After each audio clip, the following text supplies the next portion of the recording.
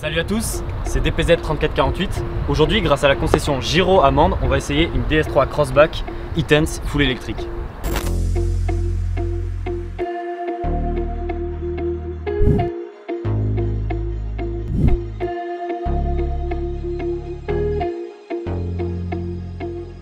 Et donc, pour parler du design de cette DS3 Crossback, il y a un seul mot qui vient à l'esprit: imposant. Alors déjà, au niveau des détails de design, on retrouve la calandre avant avec le motif DS Wings. Au niveau de l'éclairage, on retrouve le DS LED Vision. En fait, c'est des phares intelligents qui, couplés à la caméra du véhicule, vont éclairer uniquement les zones dont vous avez besoin.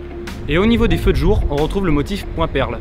Les poignées de porte sont intégrées à la carrosserie, un petit peu comme sur certaines Tesla. Ici, la subtilité, c'est que dès qu'on s'approche du véhicule, elle se déploie toute seule pour ouvrir le véhicule, et dès qu'on repart, la voiture se ferme toute seule.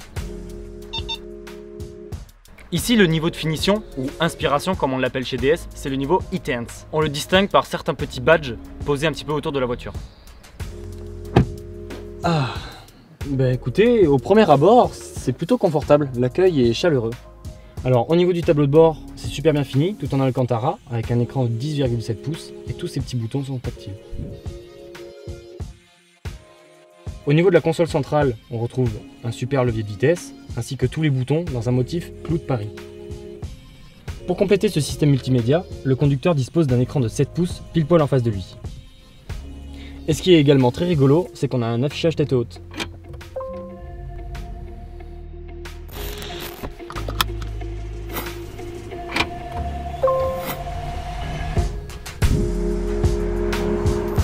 Alors là, on vient de partir de la concession Giro. Déjà, la première impression, c'est vraiment une impression de silence. Vu que c'est une voiture 100% électrique, eh bien, il n'y a aucun bruit parasite extérieur. Au niveau de la conduite, ça se fait tout seul, c'est une boîte automatique en fait. Donc du coup, c'est comme un karting, on n'a qu'à accélérer et freiner.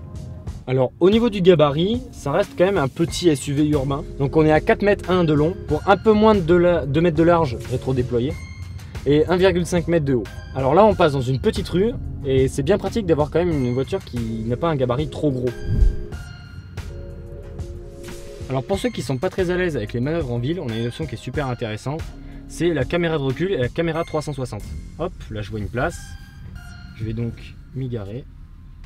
Je m'y suis pris comme un débile, vraiment. Alors, retour d'expérience pour une conduite en ville. En vrai, l'électrique, c'est ce qu'il faut en ville. C'est silencieux, c'est coupleux et c'est pratique.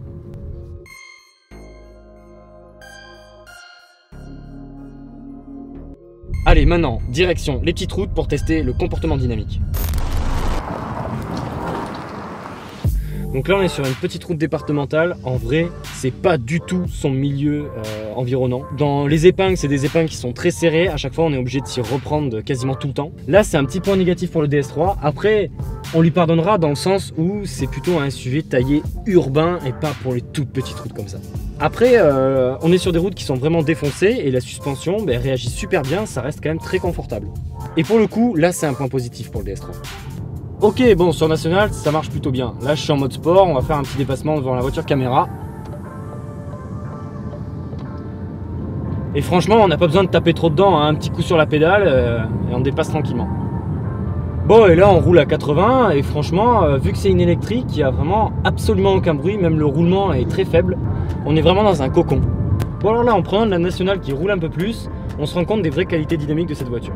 Alors déjà, au niveau de la suspension, c'est ultra confortable. Mais alors du coup, le défaut de cette grande hauteur sur pattes, c'est que dans les virages qui tournent beaucoup, la voiture est vachement affaissée, on a pas mal de roulis. On se penche beaucoup, quoi. Et ça peut être un petit peu désagréable. Bon, ok, là on vient d'arriver sur autoroute, c'est vachement agréable. On est au régulateur 130. La voiture est très silencieuse. Donc là, on a de quoi faire un long trajet autoroutier très sereinement en fait. Sur ce véhicule, on a une option qui permet de récupérer l'énergie au freinage. Et grâce à cette option, on a gagné l'autonomie. On a gagné 20 km rien qu'avec l'énergie récupérée au freinage.